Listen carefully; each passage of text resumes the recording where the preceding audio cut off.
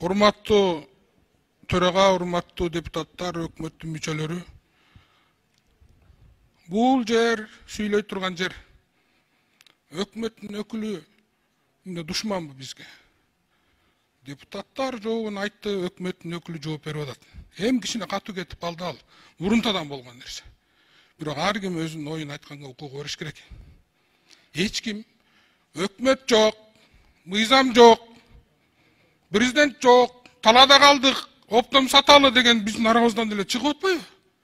Өкмөт жооп берип атпайбы ошого? Мына өкмөт отурабыз, иштеп атабыз, мыйзам бар деп.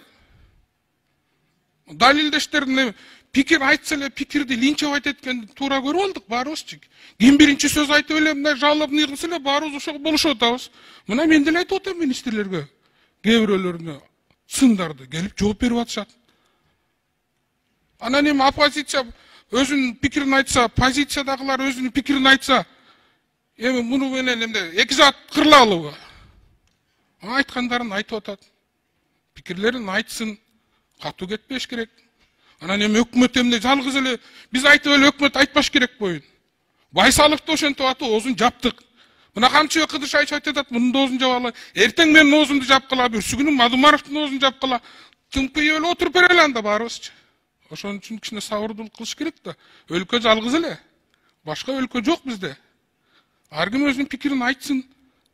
Анан жалгыз эле биз айтып эле эмне өкмөт айтпай коюш керек. Рахмат.